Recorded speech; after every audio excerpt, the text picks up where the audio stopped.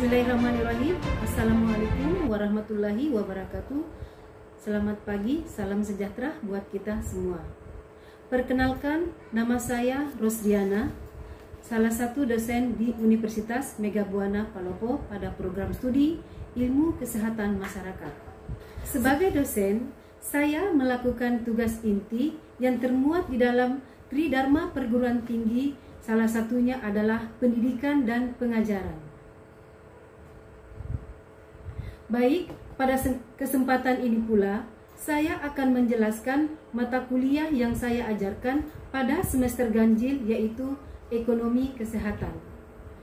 Dan pada kesempatan ini pula, saya akan memaparkan metode pembelajaran yang saya terapkan pada mata kuliah ini. Ekonomi Kesehatan adalah mata kuliah yang sifatnya wajib dengan bobot 2 SKS.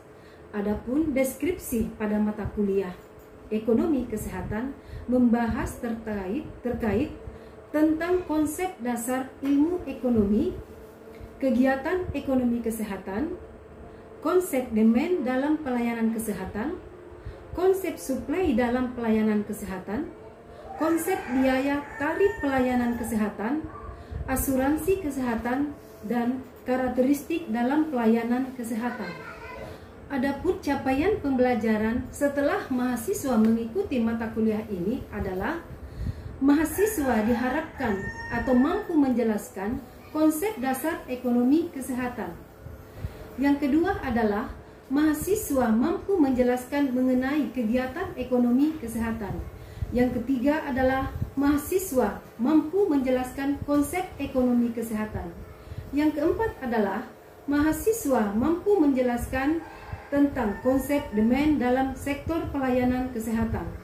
Yang keempat adalah mahasiswa mampu menjelaskan konsep supply dalam sektor pelayanan kesehatan.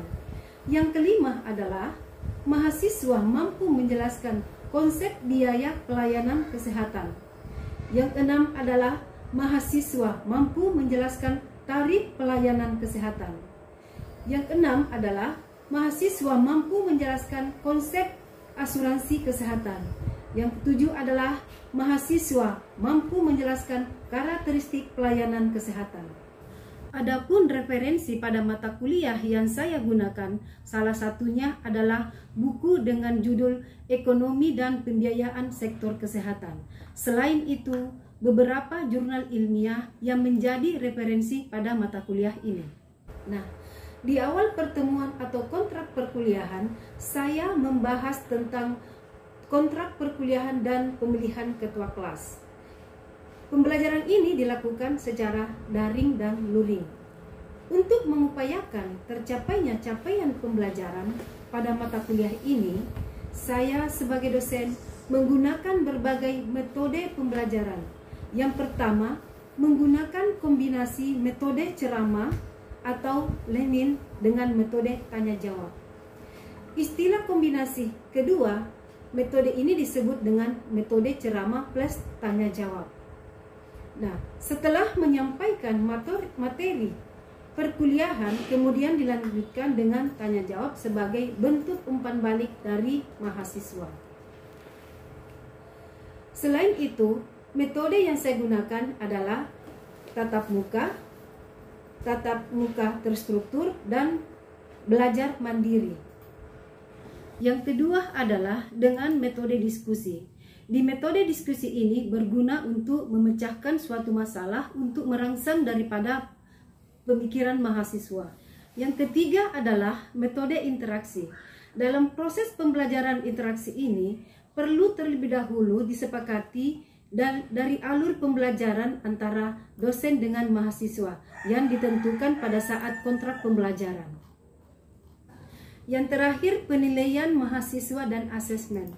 Karena ini adalah bagian dari pendidikan dan pengajaran, jadi maka perlu penilaian dari segi proses, dari hasil belajar mahasiswa untuk mengukur kemampuan mahasiswa dalam memahami materi yang diajarkan pada mata kuliah ini. Selanjutnya, indikator yang dinilai meliputi tingkat absensi mahasiswa. Penilaian tingkat absensi ini telah disampaikan pada saat proses pertemuan pertama atau kontrak pembelajaran. Nah, indikator selanjutnya yang menjadi penilaian adalah keaktifan mahasiswa pada saat diskusi atau tanya jawab. Indikator lainnya yang dinilai tentunya tugas-tugas dari mahasiswa, hasil ujian tengah semester, hasil ujian akhir semester. Inilah pemaparan dari mata kuliah Ekonomi Kesehatan. Selanjutnya, mari kita simak proses pembelajaran yang akan saya ajarkan pada mata kuliah Ekonomi Kesehatan. Bismillahirrahmanirrahim. Assalamualaikum warahmatullahi wabarakatuh dan selamat pagi adik-adik. Waalaikumsalam warahmatullahi wabarakatuh.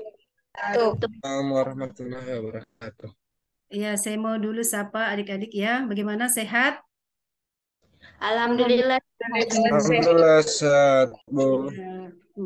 Ya, alhamdulillah sehat ya. Saya doakan semua yang ada di link Zoom ini dalam keadaan sehat walafiat, tidak kurang dari satu apapun.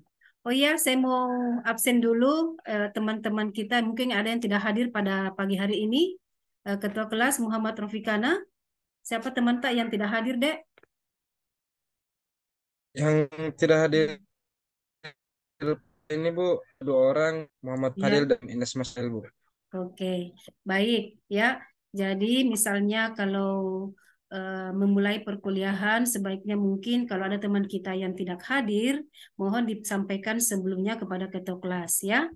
Baik, sebelum kita memulai perkuliahan ekonomi kesehatan ini, mungkin saya akan memaparkan capaian pembelajaran daripada mata kuliah ekonomi kesehatan. Ya, di mana mata kuliah ekonomi kesehatan ini diharapkan mahasiswa itu mampu atau menjelaskan daripada definisi ilmu ekonomi, atau mahasiswa juga mampu menjelaskan apa itu manfaat ekonomi kesehatan, dan mahasiswa mampu menjelaskan ruang lingkup daripada ekonomi mikro dan ekonomi mikro. Ekonomi makro dan ekonomi mikro. Baik adik-adik, izin share ya materinya. Baik. Oke. Di sini kita akan memulai perkuliahan kita mata kuliah ekonomi kesehatan. Di mana ekonomi kesehatan ini kita belajar tentang konsep dasar ekonomi kesehatan. Ya, ada yang tahu ekonomi kesehatan itu apa? Ada yang bisa bantu saya mungkin?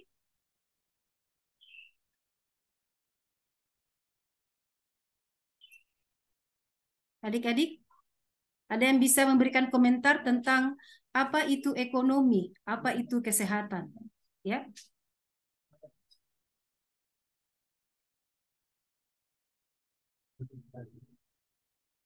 Ya. Saya, Bu. Ya, silahkan. Siapa? Dita? Ya, Bu. Ekonomi kesehatan itu adalah cabang ilmu ekonomi yang secara khusus memfokuskan terapan ilmu ekonomi di bidang kesehatan, baik kesehatan individu maupun kesehatan masyarakat. Ya, baik. Makasih Adik Dita ya.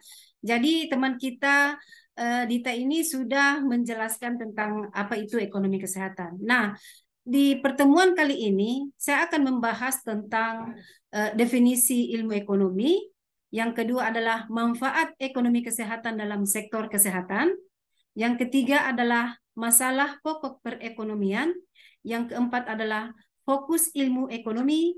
Yang kelima adalah ruang lingkup ekonomi makro dan ekonomi mikro. Baik, lanjut. Ya.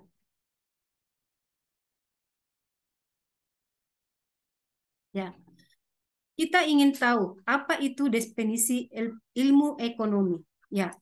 Jadi, definisi daripada ilmu ekonomi ini berasal dari bahasa Yunani ya, yaitu asal kata dari oikos yang berarti rumah tangga. Nah, di mana nomos artinya pengelolaan. Jadi, secara sederhana, ekonomi itu diartikan sebagai suatu aturan-aturan dalam rumah tangga dalam upaya memenuhi kebutuhan Ya. Jadi, menurut Kamus Bahasa Indonesia, ekonomi kesehatan itu adalah cabang dari ilmu ekonomi, ya, yaitu ilmu yang tertuju pada asas-asas produksi, distribusi, pemakaian barang atau kekayaan. Nah, di sini kita mau melihat pengertian ilmu ekonomi menurut para ahli. Yang pertama adalah ilmu ekonomi secara sistematis. Nah, ilmu ekonomi ini secara sistematis mempelajari tingkah laku manusia dalam usahanya untuk mengalokasikan sumber-sumber daya yang terbatas guna mencapai tujuan tertentu. Ini dikemukakan oleh Adam Smith. Yang kedua adalah ilmu ekonomi adalah ilmu atau studi yang mempelajari tentang kehidupan manusia sehari-hari. Yang ketiga adalah ilmu ekonomi adalah ilmu pilihan, ya, di mana ilmu ini mempelajari bagaimana kita memilih atau menggunakan sumber produksi yang langka atau terbatas, ya. Jadi bagaimana kita ilmu ekonomi ini digunakan sebagai bahan untuk produksi atau komoditi, ya, di dalam menyalurkan ke berbagai anggota masyarakat untuk dikonsumsi. Jadi, sebagai kesimpulan bahwa ilmu ekonomi ini adalah ilmu yang mempelajari usaha manusia dalam memenuhi kebutuhannya, ya, baik itu kebutuhan sandang, pangan, ekonomi dan lain sebagainya. Ya. Baik. Jadi kita mau melihat bagaimana manfaat ekonomi kesehatan dalam sektor kesehatan. Di sini kita tahu sebagai ekonomi kesehatan itu adalah suatu penerapan ilmu, di mana di dalam kesehatan ini adalah ada saja faktor-faktor yang mempengaruhi kesehatan untuk mencapai derajat kesehatan masyarakat yang lebih optimal. Nah, di dalam manfaat ekonomi kesehatan ini ada 5 manfaat ekonomi kesehatan dalam sektor kesehatan. Yang pertama adalah membantu pengalokasian dana secara lebih baik, ya. Yang kedua adalah meningkatkan efisiensi, ya. Yang ketiga adalah memilih teknologi yang lebih murah tapi tetap efektif. Yang keempat adalah bagaimana kita mengevaluasi sumber dana. Yang kelima adalah bagaimana kita menciptakan kemakmuran bagi masyarakat. Ya. Oke, saya mau tahu dulu dari adik-adik mungkin pendapatnya, ya. Kira-kira apa saja yang dapat membantu kemakmuran bagi masyarakat? Ya. Atau ada mungkin yang tahu adik-adik di poin pertama, yaitu membantu pengalokasian dana secara lebih baik? Ya, ada yang bisa memberikan komentar? Kira-kira apa saja manfaat ekonomi ini dalam sektor kesehatan, yaitu membantu pengalokasian dana secara lebih baik?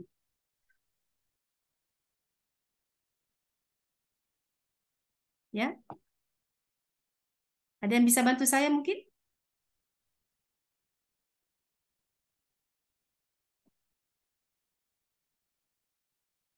Bagaimana teman-teman yang lain?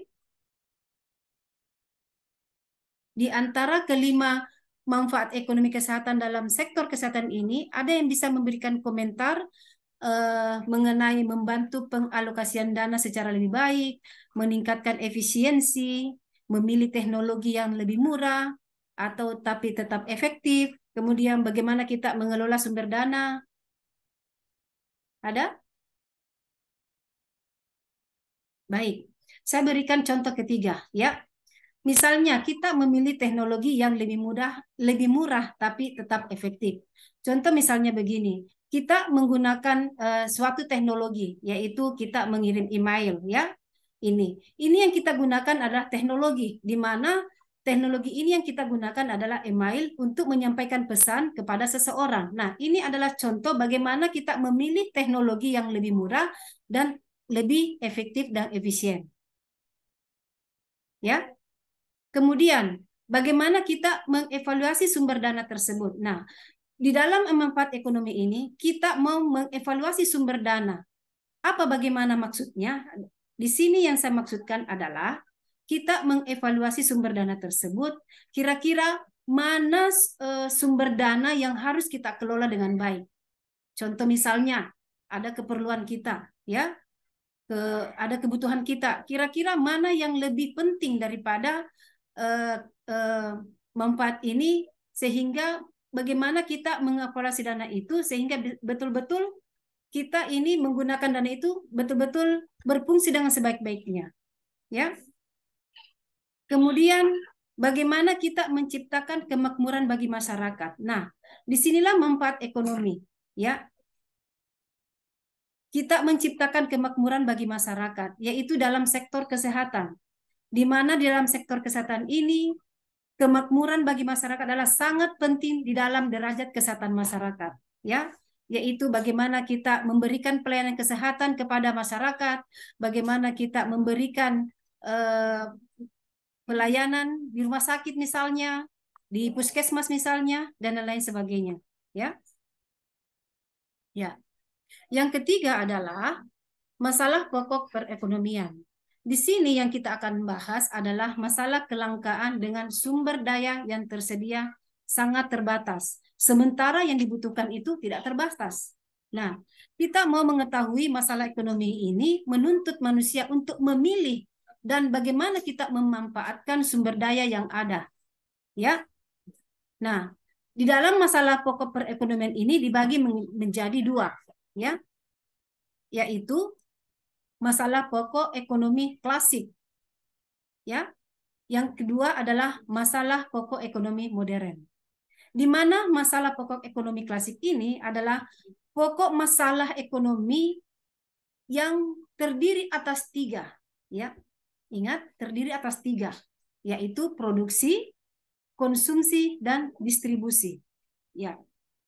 Ada yang tahu tentang produksi mungkin? Bagaimana itu produksi atau konsumsi dan distribusi? Ada yang bisa menjelaskan? Saya, Bu. Ya, silahkan. Siapa namanya? Atas nama Dita. Ya, silahkan Dita.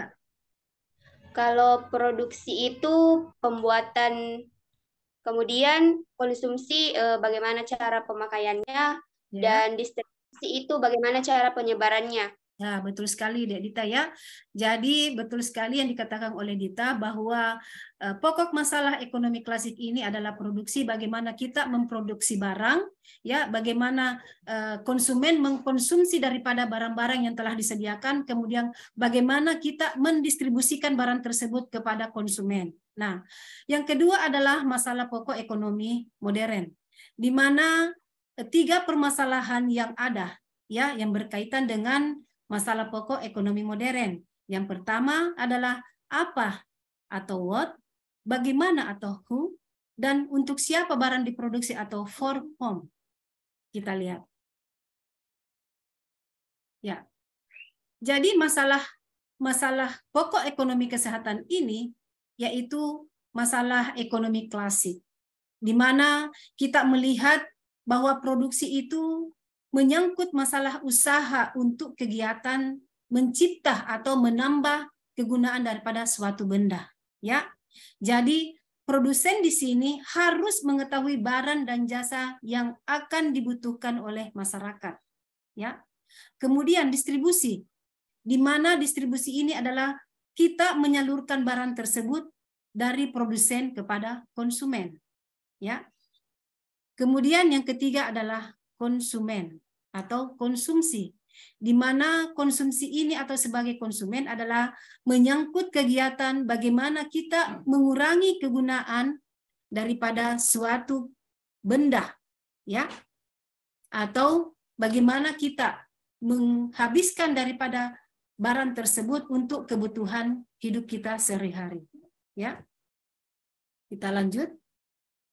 Nah, untuk masalah pokok ekonomi modern, yaitu what, how, dan for whom. Ya, what di sini adalah barang dan jasa apa. Oke, kita lanjut. Kita akan membahas tentang fokus ilmu ekonomi. Ya, Jadi di dalam fokus ilmu ekonomi ini adalah bagaimana kita menyusun daripada prinsip-prinsip ekonomi, ya. Jadi bagaimana kita merumuskan kebijakan ekonomi, ya. Yang pertama adalah terdapat tiga fokus daripada ilmu ekonomi, yaitu yang pertama kelangkaan, yang kedua adalah alokasi sumber daya dan pilihan-pilihan. Di belakang ini adalah kondisi pada saat kebutuhan manusia itu tidak terbatas dan tidak diimbangi dengan kemampuan untuk memenuhi daripada kebutuhannya. Ya. Yang kedua adalah bagaimana alokasi sumber daya itu menjadi suatu bentuk daripada kegiatan-kegiatan yang tersedia di dalam penggunaan alokasi sumber daya. Ya. Yang ketiga adalah bagaimana kita memilih atau pilihan seseorang. Bagaimana manusia itu memerlukan apa yang akan diproduksi dan bagaimana memproduksi, siapa yang akan mendapatkan produksi tersebut. Ya. Oke.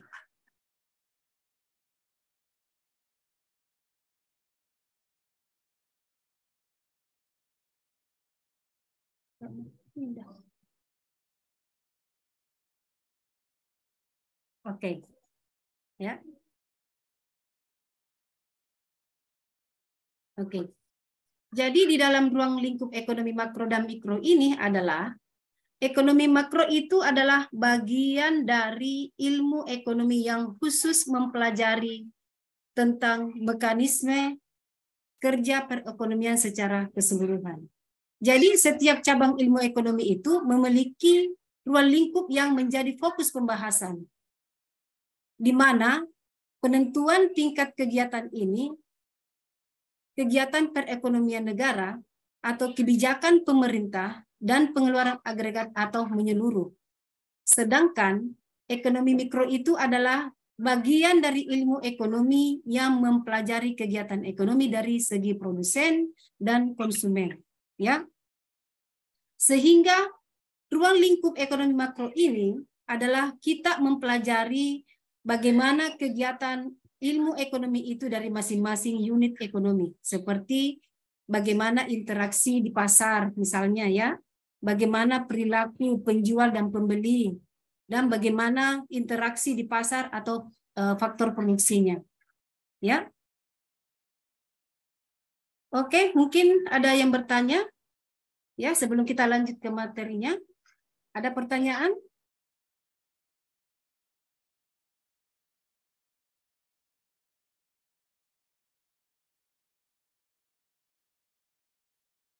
Ya.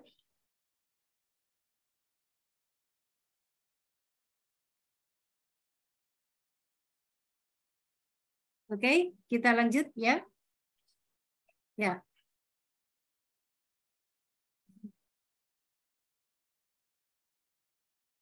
Oke.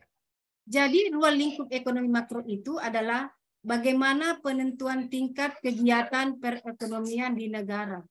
Ya.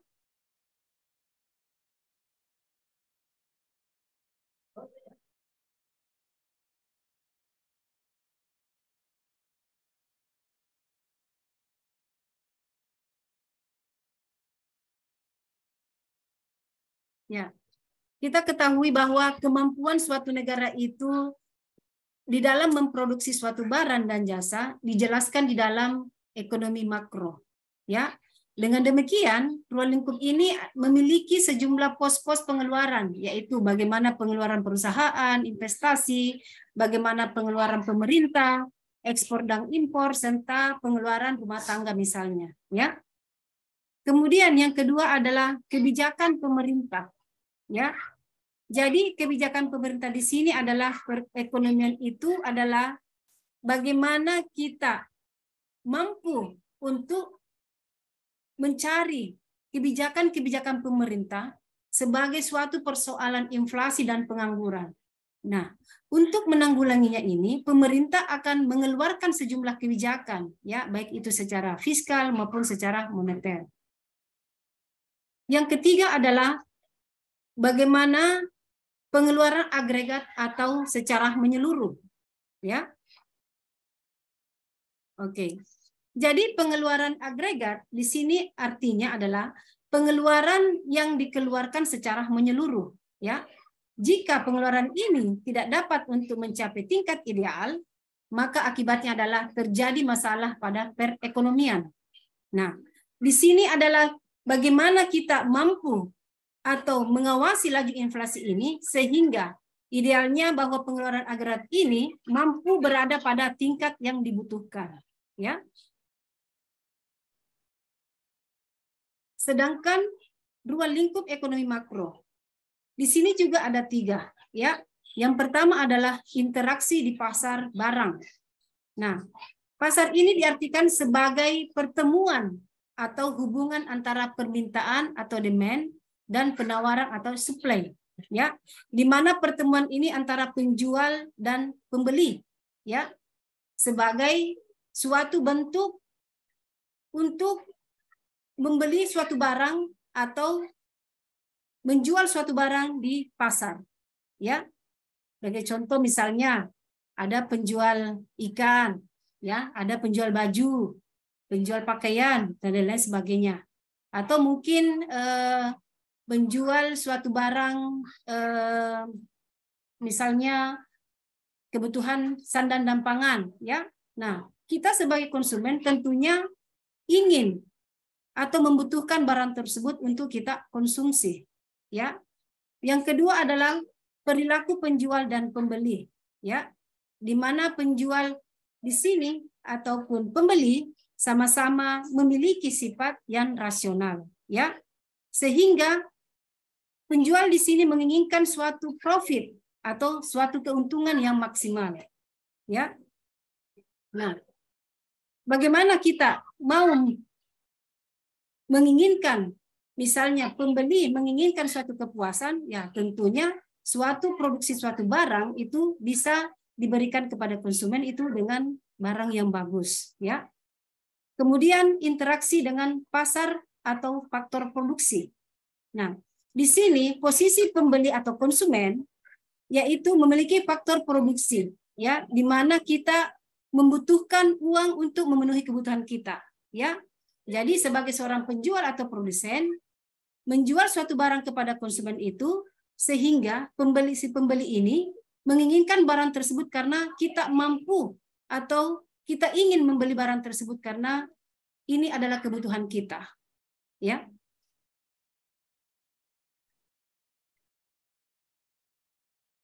Oke.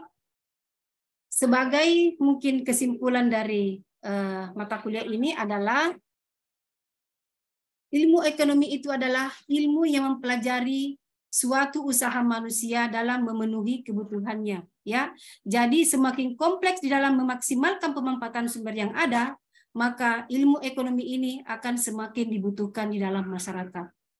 Jadi manfaat ekonomi kesehatan dalam sektor kesehatan itu ada 5, ya, yaitu bagaimana kita membantu mengalokasikan dana secara lebih baik, bagaimana kita meningkatkan efisiensi, bagaimana kita memilih teknologi yang lebih murah tapi tetap efektif, ya, dan bagaimana kita mengevaluasi sumber dana dan bagaimana kita menciptakan kemakmuran bagi masyarakat. Nah, di dalam ilmu ekonomi ini kita juga bisa menyusun daripada prinsip-prinsip ekonomi, ya, bagaimana kita merumuskan suatu kebijakan ekonomi, ya, jadi yaitu bagaimana ilmu ekonomi itu mengalokasikan dananya atau sumber-sumber dana yang lain atau mungkin sebagai suatu pilihan, ya. Jadi ekonomi makro adalah suatu bagian daripada ilmu ekonomi yang khusus untuk mempelajari bagaimana mekanisme kerja perekonomian secara keseluruhan, ya. Jadi ruang lingkup ekonomi makro ini bagaimana kita menentukan tingkat kegiatan perekonomian negara, bagaimana kebijakan suatu pemerintah, bagaimana pengeluaran agregat atau sebagai secara menyeluruh, atau ekonomi mikro ini adalah bagian daripada ilmu ekonomi secara bagian ekonomi daripada produsen atau konsumen, ya. Jadi konsumen di sini adalah bagaimana kita meningkatkan kuantitas, kualitas dan harga suatu barang dan jasa di pasar, ya. Oke, adik-adik, itulah mungkin kesimpulan daripada mata kuliah ekonomi kesehatan. Mungkin ada pertanyaan, ya? Ya, Bu. Ya. Baiklah, terima kasih atas kesempatan yang diberikan kepada saya. Saya ingin mengajukan pertanyaan tentang mengapa ilmu ekonomi penting dipelajari dalam kehidupan sehari-hari dan apa manfaatnya. Sekian dan terima kasih. Baik, Dita ya yang bertanya. Ya, Iya, Bu. pertanyaannya Dita ini bagus sekali ya, karena dia bertanya mengapa ilmu ekonomi itu penting dipelajari dalam kehidupan kita sehari-hari dan apa manfaatnya. Ya, sebagaimana kita ketahui deh ya, bahwa di dalam kehidupan sehari-hari itu kita pasti tidak terlepas daripada ekonomi, ya, di mana ilmu ekonomi ini berfokus pada bagaimana kita sebagai manusia berupaya untuk memenuhi kebutuhan pokok kita secara optimal. Nah, dengan mempelajari ilmu ekonomi ini, kita bisa menjadikan landasan kita dalam pengambilan suatu keputusan, ya. Bagaimana kita mengatur perekonomian kita, bagaimana kita menentukan skala prioritas kebutuhan, ya. Sebagai contoh misalnya, adik ini kuliah, ya. Tentunya pasti membutuhkan suatu barang, ya. Nah, kita tentunya tahu, ya. Kira-kira prioritas mana yang kita ingin butuhkan? Misalnya, Anda mau membeli buku, ya, atau misalnya Anda mau membeli suatu pakaian. Kira-kira mana yang lebih prioritas, buku atau pakaian? Saya tanya kembali kepada adik-adik. Kira-kira yang mana lebih prioritas? Ya, kita mau membeli buku atau kita mau membeli baju? Kira-kira yang mana lebih prioritas? Baju, Bu. Hah, membeli baju. Kenapa? Alasannya kenapa? Ya. Ya, kalau misalnya tidak beli baju, Bu, Ya, kalau untuk Rafikana, menurut saya kalau misalnya lebih tidak, prioritas. Ya. ya, kalau misalnya tidak beli baju atau tidak ada bajunya, bagaimana Ya. kita bisa membeli buku di tempat itu, Bu? Ya. Jadi misalnya begini, ya. Kita ini kan seorang mahasiswa, ya. Tentunya kita harus mempunyai referensi atau buku-buku yang akan kita pelajari. Ya. Ya. Jadi tentunya kita harus menentukan skala prioritas di sini. Yang mana lebih penting? Kita mau membeli pakaian dulu, misalnya pakaian untuk dipakai jalan atau kemana-kemana. Ya, kalau saya sih tentunya saya sebagai seorang mahasiswa pasti ingin membeli buku dulu, ya. Sebagaimana kita ketahui mungkin karena kita sebagai seorang mahasiswa kita butuh namanya buku atau sebagai referensi di dalam perkuliahan kita. Ya, jadi ini kita mempelajari ilmu ekonomi ini adalah kita mau menentukan skala prioritas ini yang mana, ya. Jadi ilmu ekonomi ini bermanfaat untuk bagaimana kita memanage di dalam keuangan. Bagaimana kita mau membedakan mana kebutuhan yang lebih penting atau yang mana yang lebih prioritas, ya. Saya kira itu deh. Masih ada pertanyaan selanjutnya? Saya, Bu. Ya.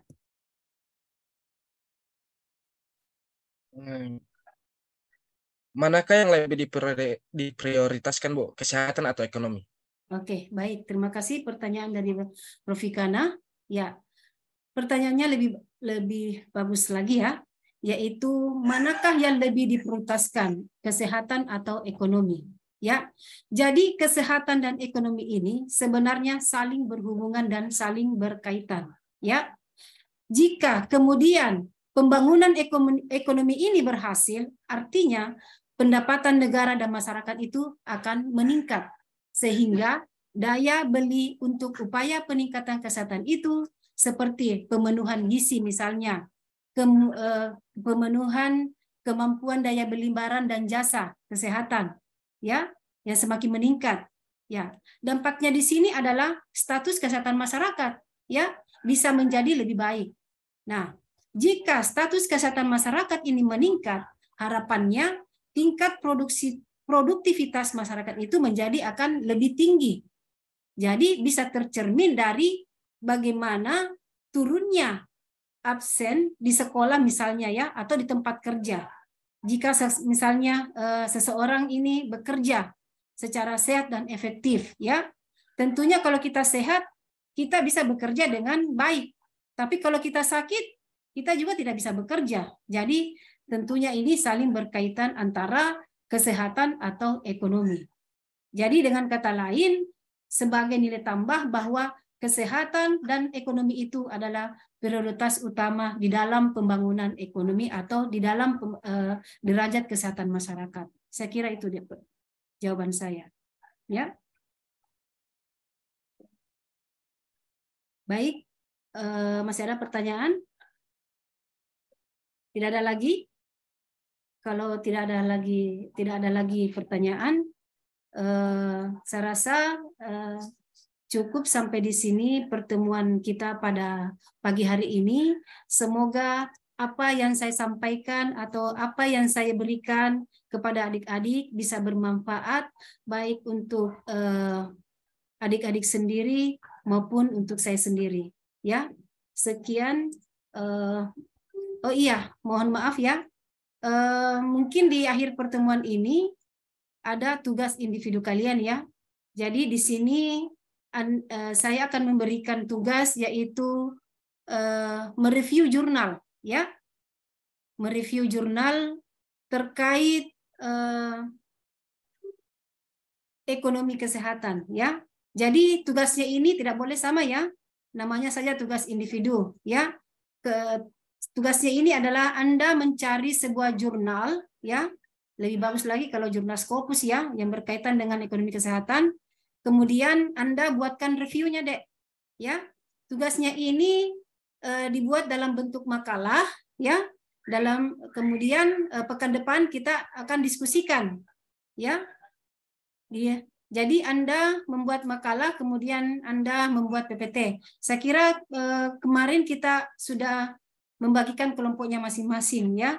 Jadi di dalam tugas ini Anda membuat di dalam PPT ya, yaitu berusaha berisikan identitas jurnalnya di mana, bagaimana ringkasan isi jurnalnya, bagaimana pendapat pribadi tentang jurnal, kemudian kesimpulannya seperti apa ya. Jadi review jurnal ini adalah saya menginginkan mahasiswa itu bisa belajar mandiri ya. Belajar mandiri di sini adalah bagaimana mahasiswa bisa menganalisa daripada jurnal ini ya, terkait daripada ekonomi kesehatan. Ya. Masih ada pertanyaan mungkin tentang tugasnya? Ada yang tidak dimengerti? Adik-adik? Sudah dimengerti tentang tugas individunya? Jadi insya Allah pekan depan kita akan diskusi tentang tugas jurnal yang saya berikan. Ya. Baik, kalau tidak ada lagi pertanyaan, saya kira cukup sampai di sini pertemuan kita pada pagi hari ini. Semoga bermanfaat bagi kita semua ya. Dengan ucapan wabillahi taufik wal hidayah. Assalamualaikum warahmatullahi wabarakatuh. Ya. Waalaikumsalam. Waalaikumsalam warahmatullahi wabarakatuh. Itulah tadi proses perkuliahan yang saya lakukan pada mata kuliah ekonomi kesehatan. Semoga dapat menginspirasi teman-teman dosen yang lain untuk mencerdaskan anak-anak bangsa. Sekian dan terima kasih. Wassalamualaikum warahmatullahi wabarakatuh.